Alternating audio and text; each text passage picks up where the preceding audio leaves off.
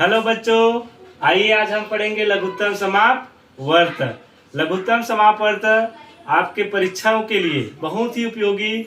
आज हम देखेंगे बहुत ही सरल तरीका से लघुत्तम समापवर्त कैसे निकालें।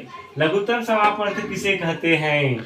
लघुत्तम समापवर्त वह छोटी से छोटी संख्या जो दी गई संख्या है जो पूर्णतः भाग चला जाए उसे लघुत्तम समापवर्त कहते हैं। लघुत्तम समापवर्त का मतलब होता है छोटी सी छोटी संख्या, छोटी सी छोटी संख्या, न्यूनतम से न्यूनतम संख्या, कम से कम संख्या, जितना भी छोटा का मतलब हो, छोटे का अर्थ हो, उस सवाल में हमको क्या निकालना पड़ेगा? लघुत्तम समापवर्त। और लघुत्तम समापवर्त निकालेंगे तो वह कौन सी संख्या है जिससे हम भाग दें तो हमारा लघुत्तम समापवर्त आसानी से निकल जाए। तो उसके लिए हमको जो अभाज्य संख्या रहता है ना, उससे ही हमको भाग करना है। हमने पिछले वीडियो में अभाज्य संख्या पढ़े थे कि एक अंकों की अभाज्य संख्या कौन कौन सी है। तो सबसे छोटी अभाज्य संख्या क्या है? 2, 3, 5, 7। ये 4 अंक जो है एक अंकों की अभाज्य संख्या है। इन 4 अंकों से हमको जो दी गई संख्या है उसको भाग करेंगे। अगर इन 4 अंकों से भाग नहीं जाएगा तो इससे अगला जो है अभाज्य संख्या उन्हीं संख्याओं से भाग करेंगे। मात्र अभाज्य संख्या से ही भाग करेंगे, हमको किसी अन्य संख्या से भाग नहीं करेंगे। तो आइए देखते हैं, अपने पास है 18, 24, 36, ये 3 संख्या लिखा है। इस 3 संख्या का हम क्या निकालेंगे?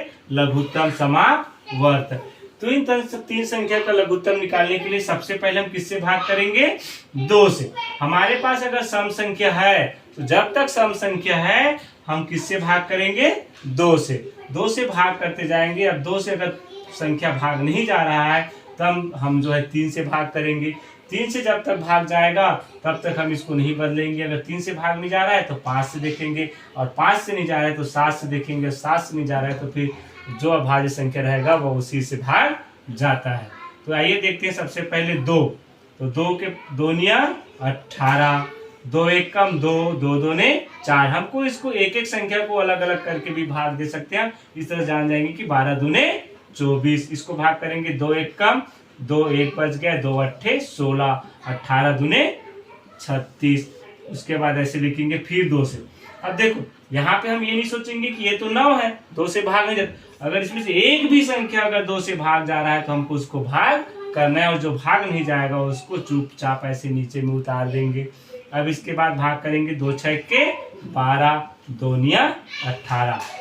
अब इसके बाद देखो यहाँ पर फिर एक सम संख्या है, 2 जो है विषम संख्या है। फिर भी हम एक संख्या भी अगर 2 से भाग जा रहा है तो उसको 2 से हमको भाग करना पड़ेगा। जो भाग नहीं जाएगा उसको ऐसे नीचे उतारते जाएंगे।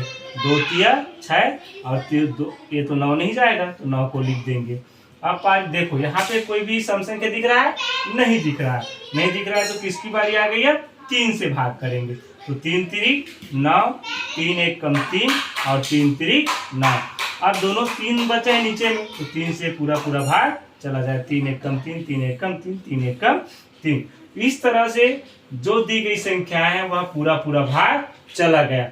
अब जो भाग गया है उन संख्या को हम गुणनखंड के रूप में लिखेंगे और उसको हल करेंगे। 2 गुणित 2 गुणित 2 गुणित 3 गुणित 3।